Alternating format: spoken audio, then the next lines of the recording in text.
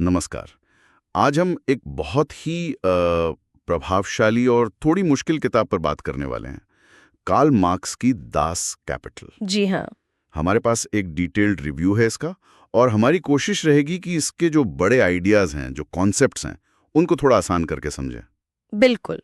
क्योंकि ये सिर्फ एक किताब नहीं है। इसने समाजवाद, कम्युनिज्म जैसे विचारों की नींव रखी और कैपिटलिज्म को बहुत गहराई से क्रिटिसाइज किया है। सही कहा। और ये किताब ना कुछ बुनियादी सवाल पूछती है, जैसे कि पूंजीवादी अर्थव्यवस्थाएं चलती कैसे हैं, मजदूरों का शोषण क्यों होता है, और क्यों कैपिटलिज्म में एक तरह की अस्थिरता सी बनी रहती है। तो ये दास कैपिटल आखिर है क्या? ओरिजिनली तो जर्मन में थी। पहला वॉल्यूम 1867 में आया। जी। और ये सिर्फ इकोनॉमिक्स नहीं है, इसमें आपको फिलॉसफी मिलेगी, पॉलिटिकल थ्योरी मिलेगी। हाँ, और 3 वॉल्यूम है इसके। सुना है बाकी 2 तो मार्क्स की डेथ के बाद फ्रेडरिक इंगल्स ने एडिट करके पब्लिश करवाए थे। बिल्कुल। पर जो सेंट्रल थीम है वो है पूंजीवाद का क्रिटिकल एनालिसिस।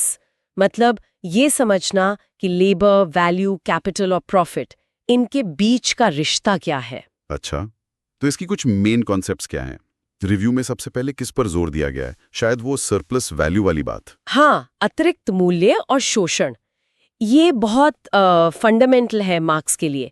उनका तर्क था कि मुनाफा आता कहाँ से है?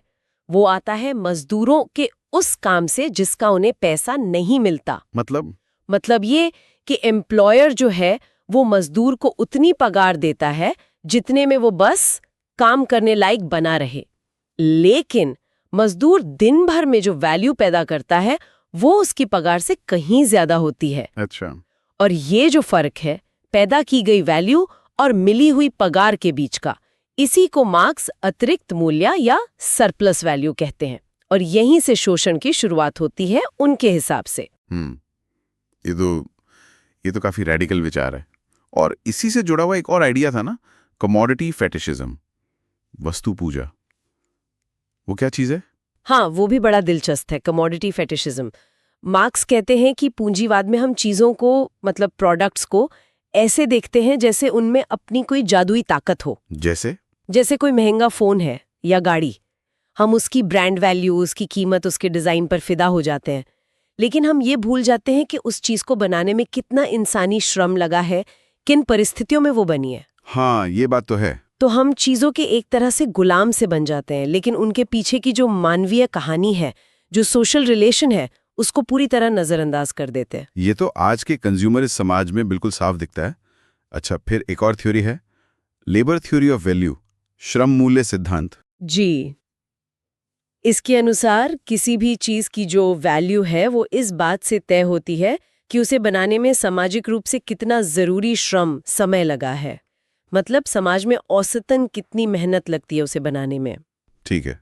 और यहाँ भी वही पॉइंट आता है कि मजदूर को जो मजदूरी मिलती है वो उस वैल्यू के बराबर नहीं होती जो उसने अपनी मेहनत से पैदा की है, वो हमेशा कम होती है। और ये जो अतिरिक्त मूल्य से प्रॉफिट बनता है, इसका फिर होता क्या है मार्क्स के हिसाब से? यहीं पर कैपिटल एक्यूमुलेशन यानी पूंजी संचय का कॉन्सेप्ट आता है। पूंजीपति जो है वो इस मुनाफे को सिर्फ खर्च नहीं करते, वो इसका बड़ा हिस्सा वापस बिजनेस में लगाते हैं ताकि और प्रॉफिट कमा सके। बिल्कुल। और ज्यादा प्रोडक्शन और ज्यादा कैपिटल, ये एक साइकिल है जो चलती रहती है। इससे होता क्या है कि पूंजी कुछ ही हाथों में सिमटती जाती है, अमीर और अमीर होते हैं और असमानता बढ़ती है। और मार्क्स का मानना था कि ये जो लगातार एक्यूमुलेशन की दौड़ है, हाँ, इसी से संकट पैदा होते हैं।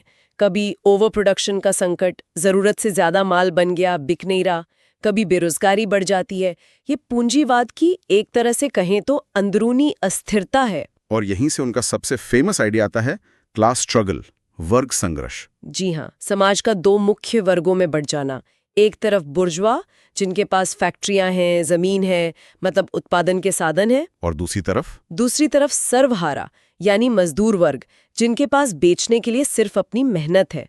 मार्क्स का मानना था कि इन दोनों के हित कभी एक नहीं हो सकते, उनमें हमेशा टकराव रहेगा। और उन्होंने तो भविष्यवाणी भी की थी कि ये टकराव बढ़ेगा। हाँ, उन्होंने कहा था कि ये संघर्ष इतना तेज होगा कि आखिरकार सर्वहारा वर्ग क्रांति करेगा और पूंजीवाद को खत्म करके एक नया समाज बनाएगा। जाहिर है इस किताब का असर तो बहुत ही जबरदस्त रहा है दुनिया भर में। हाँ, असर तो बहुत गहरा है। आप देखिए 20वीं सदी की कितनी ही क्रांतियां, जैसे रूस की क्रांति, चीन की, उनको वैचारिक आधार इसी किताब से मिला। दुनिया भर में जो लेबर मूवमेंट्स हुए, जो सोशलिस्ट पार्टियां बनी, उन सब पर इसका प्रभाव रहा। जी। और आज भी आप देखें तो economics, sociology, philosophy, political science, हर जगह इसे पढ़ा जाता है, इस पर बहस होती है। लेकिन जाहिर है इतनी प्रभावशाली है तो आलोचना भी हुई होगी जम के। रिव्यू में कुछ क्रिटिसिज्म का जिक्र है? हाँ, आलोचनाएं भी बहुत है। पहली बात तो ये कि पढ़ने में आसान नहीं है, भाषा बहुत भारी है, डेंस है। दूसरी बात, मार्क्स ने जो कुछ भविष्यवाणियां की थीं, जैसे कि पूंजीवाद का पतन निश्चित है या मजदूर वर्ग लगातार और गरीब होता जाएगा, वो उस तरह से सच साबित नहीं हुई। हाँ, कई पूंजीवादी देशों में मजदूरों की स्थिति बेहतर भी हुई है। बिल्कुल। और कई मॉडर्न इकोनॉमिस्ट जो है वो उनके लेबर थ्योरी ऑफ वैल्यू को आज के जमाने के लिए थोड़ा आउटडेटेड मानते हैं। तो फिर भी इसकी अहमियत क्या है? क्यों आज भी ये इतनी रेलेवेंट मानी जाती है? इसकी सबसे बड़ी ताकत है पूंजीवाद की एक बहुत ही फंडामेंटल, एक गहरी आलोचना पेश करना। ये हमें सोचने पर मजबूर करती है कि ये जो मार्केट सिस्टम है, इसमें मुनाफा कैसे बनता है, मेहनत की क्या कीमत है, असमानता क्यों पैदा होती है। मतलब सवाल उठाना? हाँ, सवाल उठाना। भले ही मार्क्स के दिए जवाब या उनकी भविष्यवाणियां आज पूरी तरह फिट ना बैठें, लेकिन उन्होंने जो सवाल उठाए थे पूंजीवाद को लेकर, वो सवाल आज भी बहुत ज़रूरी है। और उनका जो हिस्टोरिकल और फिलोसॉफिकल एनालिसिस है, वो बहुत रिच है। तो कुल मिलाकर दास कैपिटल पढ़ना शायद आसान ना हो, पर यह एक ऐसी किताब है जिसने मॉडर्न हिस्ट्री और इकोनॉमिक्स को एक दिशा दी है। ये हमें सतही लेन देन से आगे देखने और पूंजीवाद की जड़ों पर, उसकी नैतिकता पर सवाल करने की चुनौती देती है। बिल्कुल सही कहा। आप मार्क्स से सहमत हों या ना हों, पर अगर किसी की भी रुचि सोशल जस्टिस में है, इकोनॉमिक सिस्टम्स में है, पॉलिटिकल चेंज में है, तो उनके मूल विचारों को समझना तो जरूरी हो जाता है। ये दुनिया को देखने का एक अलग नजरिया जरूर देती है। जी। और चलिए जाते जाते एक सवाल सोचने के लिए छोड़ जाते हैं। आज की जो ग्लोबल इकोनॉमी है, डिजिटल दुनिया है, क्या इसमें भी मार्क्स के एनालिसिस के कुछ हिस्से, जैसे कि ये मुनाफे की अंधी दौड़ या चीजों के प्रति हमारा आकर्षण या बढ़ती हुई असमानता, क्या ये आज भी उतने ही प्रासंगिक लगते हैं, भले ही दुनिया उनके जमाने से बहुत बदल गई हो?